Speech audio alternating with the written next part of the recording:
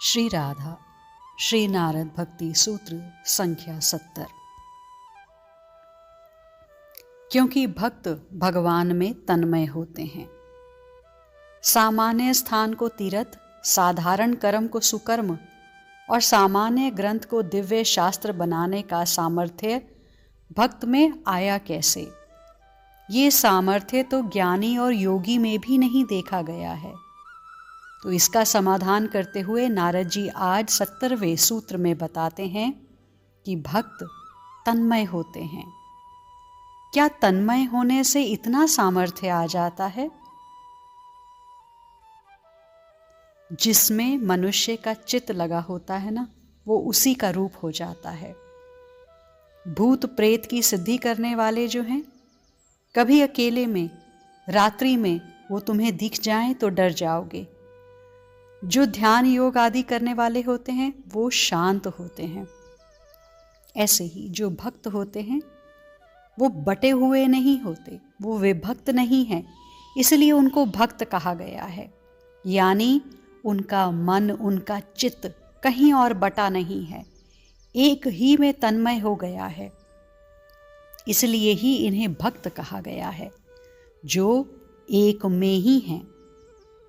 भगवान का भक्त भगवन्मय होता है, क्योंकि भक्त का चित्त भगवान के सिवा और कहीं लगा ही नहीं है।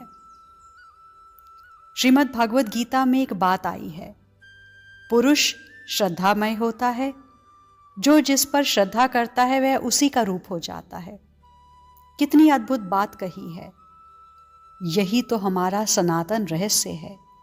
जिसके चित्त में धन के प्रति आकर्षण है, उसका चित्त धनमय हो जाता है। जैसे मिट्टी से बना घड़ा मृदमय है, वैसे ही भगवत चिंतन से बना भक्त भगवन्मय है।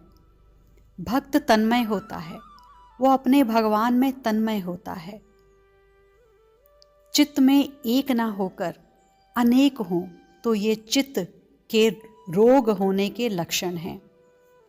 हमारे पास दो ही विकल्प हैं, चाहे हरि की भक्ति कर, चाहे विषय कमाओ। या तो अपना चित्त भगवन्मय बना लो या चित्त मायामय बना लो।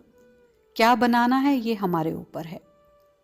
मायामय बनाएंगे तो अपने लिए भी दुख की सृष्टि करेंगे और संपर्क में आने वालों के लिए भी दुख ही प्रदान करेंगे। किंतु अपने चित्त को भगवद्मय बना लेंगे तो स्वयं तो आनंद में रहेंगे ही, हमारे संपर्क में भी जो आएंगे वो भी आनंदित हो जाएंगे। तुम जहां से भी गुजरोगे वहां के वातावरण को प्रसन्नता से भर दोगे, क्योंकि तुम स्वयं भगवत रूप हो गए हो ना। जिसने इत्र लगाया हो वो हर तरफ सुगंधी ही तो फैलाता है, और जो नहाया ना हो वो दुर्गंध ही फैलाएगा। इसलिए अपने चित्त को हमें देखते रहना है, उसका निरीक्षण परीक्षण करते रहना है। हमारा चित्त कहाँ तन्मय है? काम वासना में तन्मय है तो हम वासना रूप हैं। चित्त क्रोध में है तो हम क्रोध रूप हैं। धन धन बस धन तो हम लोभ रूप हैं। किंतु अगर हमारा चित्त श्री कृष्ण में तन्मय है तो हम श्री कृष्ण रूप ही हैं। इसलिए तो ये चमत्कार होता है भक्त के द्वारा कि सामान्य स्थल भी भक्त के संपर्क से महान तीर्थ बन जाता है, क्योंकि वो भक्त अब मनुष्य की श्रेणी से ऊपर उठ गया है। देवता भी इसके आगे अब बौने हो गए हैं।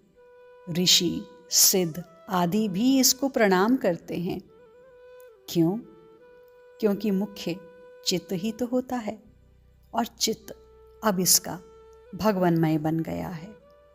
इसलिए ये भी अब भगवान का ही स्वरूप हो गया है। ऐसी भक्त की महिमा है, क्योंकि भक्त तन्मय है अपने भगवान में। कान्ह भय प्राणमय, प्राण भय कान्हमय, अब हिय में न जानी परे, कान्ह है कि प्राण है।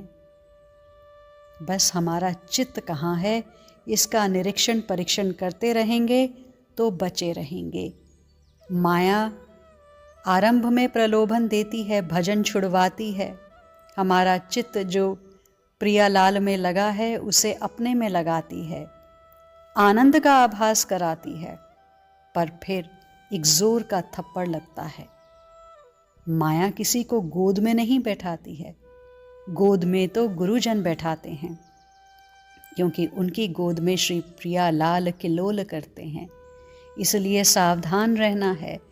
चित्त मायामय हो गया तो धोखा ही मिलेगा, और चित्त कृष्णमय हो गया तो फिर परमानंद ही मिलेगा। तन्मय हो जाइए अपने प्रियालाल में। देह से सारे सांसारिक कार्य जिम्मेवारियां निभाइए, पर ध्यान रहे कि चित्त हमेशा तन्मय रहे अपने प्रियालाल में। आज के लिए इतना ही। शेष आगे। श्री राधा।